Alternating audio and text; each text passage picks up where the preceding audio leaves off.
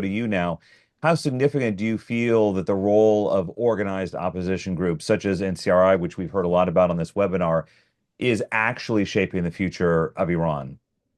Well, in a word, pivotal, Mark, let's remind the audience, I think, and certainly our policy paper goes in detail in trying to kind of outline what we are dealing with in here. Well, our goal, what we are saying, is that regime change is what the people of Iran are striving to achieve. This is a more than 4 decades long struggle. Only recently, the international community has begun to embrace that desire.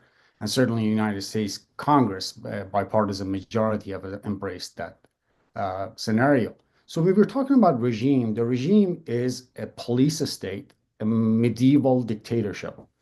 And it requires literally confrontation because, as my colleagues have told you before me, have already kind of outlined it clearly, is that in fact, the regime is an oppressive state that the international community must recognize. And the ship that thought to change its behavior has long sailed.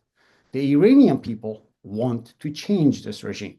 What they're asking from the international community is political and moral support.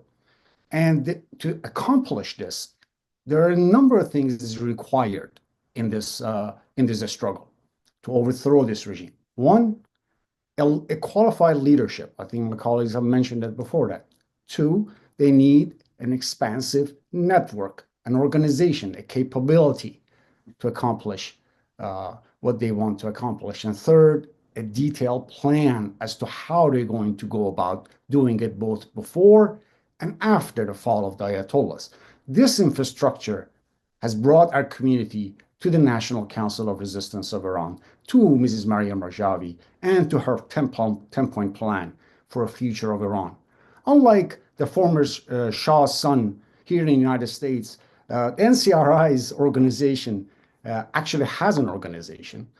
It was formed 42 years ago with the goal of uprooting the mullahs of Iran because they realized moderation will not result in any change in behavior in the regime itself. So that's why we as a community support the National Council of Resistance of Iran. That's why our policy paper details the process in which the international community can lend credence to the will and aspirations of the people of Iran. It is in this context that the expansion of the resistance units inside Iran and really mobilization that the Iranian resistance can accomplish outside of Iran are significant and can contribute to regime change in Iran through the will of the Iranian people.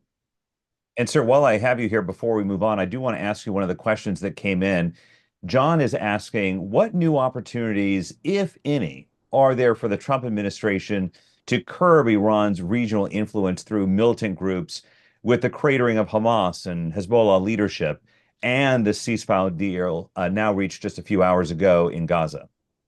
Right.